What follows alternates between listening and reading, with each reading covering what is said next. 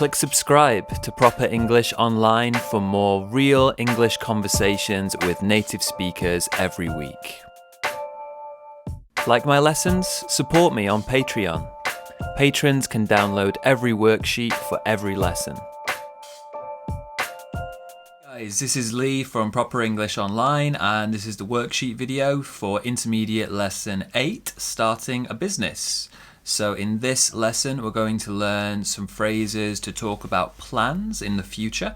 We'll also have some stress and weak sounds for our pronunciation, and we'll learn some various phrases that we heard in the conversation. So before we move on to those bits of language and stuff, let's take a look on your PDF worksheet. You will see on the first 2 pages there are some missing words in this listening script here. I'd like you to listen again, try and fill in those missing words, and then when you're ready, when you've done, let's come back and we'll take a look at this vocabulary in more detail. So listen as many times as you need, and then when you're ready, come back and we'll get started. So, see you in a bit. I can't believe we didn't think of this before. I know, it's so obvious. I really think we can make a lot of money by doing this. Yeah, we've got all the expertise. I can handle the business side and the promotion and stuff like that. Yeah, and I can do the actual cooking. Yeah, but won't you need some help with that though? I mean, if we're going to provide a catering service for small events, don't you think you'll need an assistant to help serve the food and stuff like that? Well, yeah, but I actually thought you could help me out with that. You mean I'd help you serve the food and do a bit of cooking here and there? Yeah, not much though, mostly just serving the food. Yeah, sure, of course I can do that. It'd be good for me to talk to people too. Yeah, because then you might meet some people who need food and catering for their events too. Absolutely. You impress them with your incredible food and I'll persuade them to give us some more business. Great, we'll be a great team. We're going to need to invest a bit of money to get started though. Yeah, sure. What do we need? Well, cooking equipment first. Ovens, pans, different machines. Don't you already have that stuff though? Well, no. I mean, there's an oven at the restaurant I work at, but the head chef will never let me use their equipment for our business. Oh, so we'll need to buy all that stuff. Well, maybe we can rent it, but I think it'll be better to buy it, you know? Okay, so buy equipment. And then there's the question of where we're going to cook everything. Well, can we do it at your place? At my house? Have you seen my kitchen? It's tiny. There's no way I can make enough food for an event in there. So are you saying we need to rent a kitchen or something? Well, yeah, basically. But actually the most important thing would be a van. A van? Yeah, sure. We need a van to transport the food to the event, don't we? This is all sounding a bit expensive. You've got to spend money to make money, though. I think we need to think this through a bit more.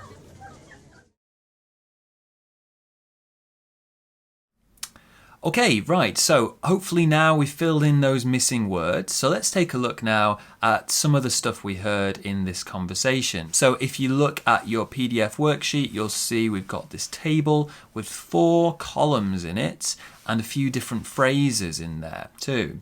Now I'd like you to have a look at these phrases, look at a few of them.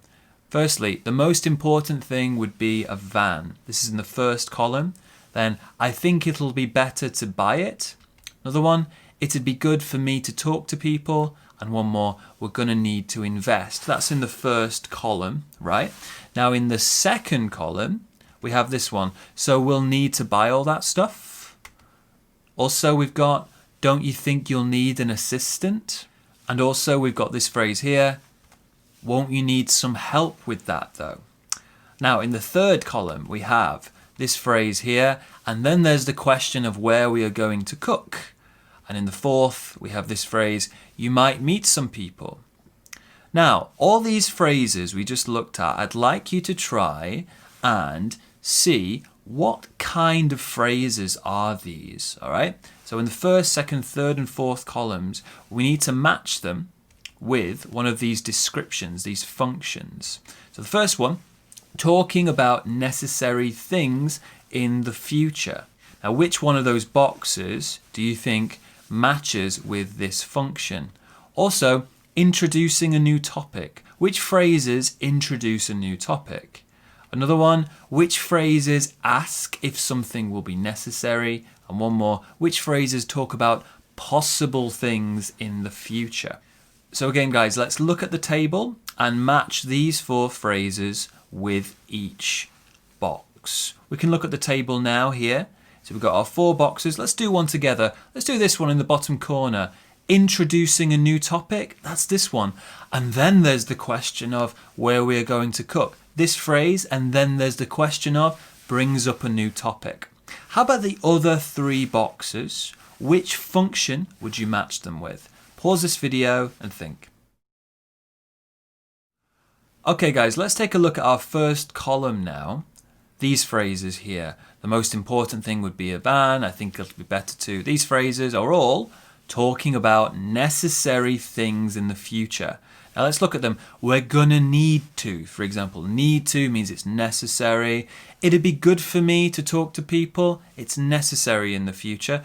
I think it'll be better to. Again, it's necessary. We should do that. And the most important thing would be, this is very necessary. All right? Now these phrases too. So we'll need to buy all that stuff. That's a question though, isn't it? Don't you think you'll need? Won't you need? These are all questions, and these are asking if something will be necessary. Now, this one here, and then there's the question of, we already did this one, that was introducing a new topic, right? But how about this one? You might meet some people talking about possible things in the future. You might, it's possible. It could happen, it might happen. Similar meaning, right? So we can see our table here, all completed now. We have all of our phrases. You can see this on your PDF worksheet too. Now, we're going to look at these phrases in some more detail. Now, which phrases are followed by a verb? Which ones are followed by nouns? And which ones are followed by a question word plus a sentence? A question word like what, when, where, why, how, things like that. So once again, which ones are followed by verbs? Which ones by nouns, and which ones by a question word and a sentence? I'd like you to look at those phrases again and just highlight what words come after the phrases. Also, I'd like you to think about the pronunciation. So, which words are stressed in the phrases? Which words are stressed? And also, are there any weak sounds, any of that sound in the phrases? So I'll do one with you here. Let's look at the phrases for introducing a new topic. So, and then there's the question of where we are going to cook. We've got a question word and a sentence. Now, how about our pronunciation? Well, our stress goes with, and then there's the question of where we're going to cook. But one thing is going to happen with of. It's not of, it's of. So again, and then there's the question of where. And then there's the question of what, and then there's the question of when, okay? So how about the rest of them? Pause this video and think, are there nouns, verbs, question words and sentences, and stress and weak sounds? Lots to do. So see you in a bit. Okay guys, hopefully we've had a look at those now. Let's go through them together. So let's do the phrases for talking about necessary things in the future. This phrase here, the most important thing would be a van. We've got a noun there, right? So if we're going to use this phrase, the most important thing would be, after that we use a noun. Now how about pronunciation? We stress the most important thing. Small stress on most, big stress on important. So again, the most important thing would be a van. So how about the next one? I think it'll be better to buy it.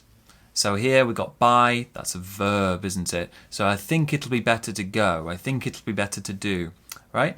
How about a pronunciation here? What do we stress? Big stress on think. I think it'll be better to buy it. So we also stress the verb. Now what do we notice about a few things here? Firstly, it'll. We've got a weak sound and a contraction there. So it'll is it will, right? We break those apart. It will, but we pronounce it as it'll. I think it'll be better to buy it. We have a weak sound there too. To buy it. The to is a t sound. Now how about the next one? It'd be good for me to talk to people. To talk to people. We've got another verb. To talk to people. It'd be good for me to talk. And notice I put a little star next to me. That's because it could be you or him or any other pronoun like that. It'd be good for Michael, it'd be good for Jane, whatever, it doesn't matter. Okay, now how about a pronunciation? It'd be good for me to talk. Right, so it'd be good for me to talk.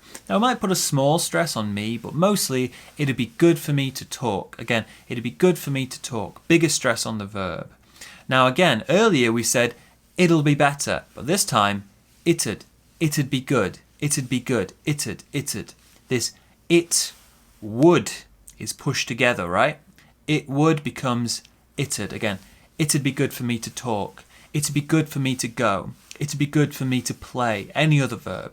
Now let's not forget, guys, as well, we have to talk. It's to talk, right? It's a weak to sound.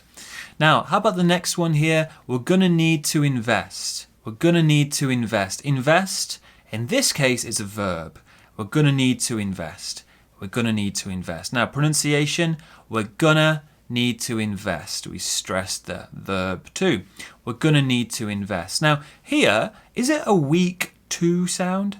To invest. Let's just say again. We're going to need to invest. To invest. No, it's not. It's linked. We have an oo and an I sound. To invest. To it. To it. To it. So we join it with a W sound, as you can see here. We're going to need to invest. Now, if that was a different verb, like talk, for example, it would be the same. We'd say, we're going to need to talk, weak sound. In this case, it's to invest, because that verb begins with a vowel sound. Now, how about these next phrases here? So, asking if something will be necessary.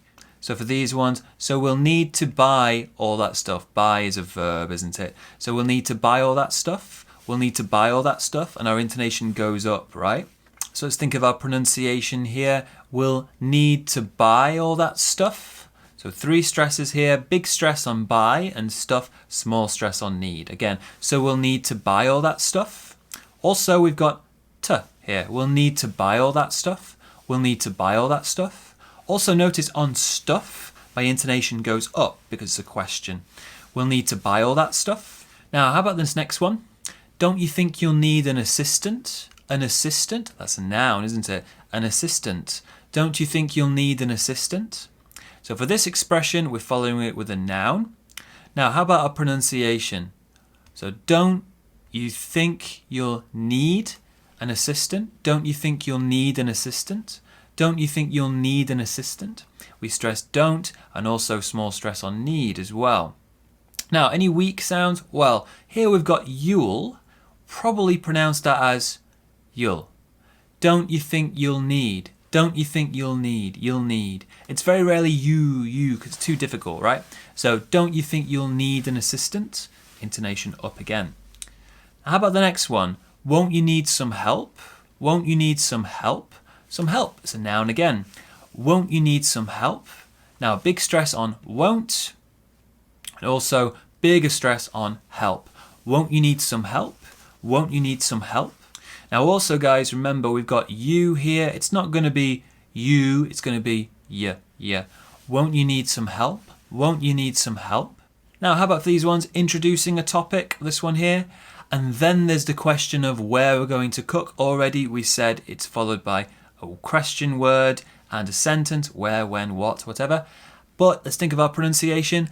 And then there's the question of. So we're stressing question to. And then there's the question of. What happens with of here? It's not of, it's of, right? And then there's the question of where we're going to cook. And then there's the question of where we're going to cook. Or then there's the question of what we're going to do. Or and then there's the question of where we're going to go. Any sentence is fine. Now, how about this last one, talking about possible things in the future? So you might meet some people. Might is followed by the verb meet in this case. Now, let's think about our pronunciation too. You might meet some people. You might meet some people. So small stress on might, bigger stress on meet. You might meet some people. And again, guys, we've got you, so that's going to be yeah. You might meet some people. You might meet some people. So let's practice now, guys. I'd like you to imagine that your friend wants to start a restaurant, similar to the conversation we heard. Now, what things would they need to start this restaurant? And can we use those phrases to ask them questions, to say what is necessary, to say something isn't necessary, for example? Now pause this video and think, what will they need to start a restaurant? Try and use those phrases to imagine a conversation. Okay guys, very good. Now let's think about yourselves now here. Another quick practice. If you started a business, what kind of business would it be? And also, what would you need to make the business successful? Can you use some of those phrases we just learned to think about what you will need to do, what will be necessary, and any other things you can talk about? So pause this video and think. Okay guys, so now we've done that, let's move on to some other expressions we heard in the conversation. On your worksheet, you'll see we've got 6 phrases here, and you'll see there's some missing words. We've also got some hints here from 1 to 6. I'd like you to fill in the missing words and then match them with the hints below. Okay, so pause this video, fill in the missing words and match them with the hints from these phrases we heard in the conversation. So let's look at this first one together, guys. There's no way I can make enough food. There's no way I can do something. This phrase means it's impossible. There's no way I can do that. There's no way.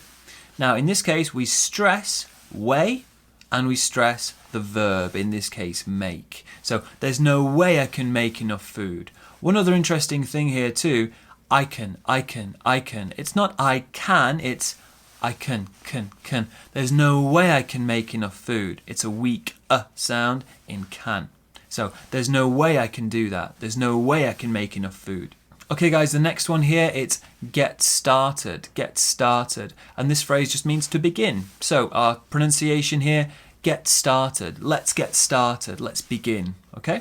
The next one here, you've got to spend money to make money. You've got to spend money to make money. And this is just a common expression about business. It's true. If you want to make money, you have to spend some money. You have to invest, right? So for this one here, pronunciation, you've got to spend money to make money. We stress those verbs there quite strongly. You've got to spend money to make money. Also notice here you've got to spend. To spend, it's a weak to sound, and same thing over here too. You've got to spend money to make money. You've got to spend money to make money. Okay guys, this next example here, so I can do the actual cooking. Here we just add the actual cooking. This expression, the actual, can be used in many different situations, but it just means the important thing, or the thing that is most necessary. The actual thing, the thing that's necessary, the thing you need. So for this one, our pronunciation, I can do the actual cooking. The actual cooking. Notice here, the E and the A get linked. We get a sound in the middle. It's a Y sound. The actual. It's a Y sound. I can do the actual cooking. Okay guys, this next one here, it's think this through a bit more. Think something through. This expression just means to consider something carefully. Really carefully think about it. Think something through. Now our pronunciation here, think this through. So we stress think and a big stress on through. Think this through. Think something through. Okay guys, well done. Okay, so we learned some different expressions you can use to talk about the future and what is necessary in the future. We practiced those quite a lot. We also learned some various expressions we heard in the conversation. Now, I really hope this was useful for you today, guys. Now, thanks for joining me. We'll have some more intermediate lessons coming very soon. I'm Lee from Proper English Online, and yeah, thanks for joining us today, guys. See you again. Thanks for coming. Bye.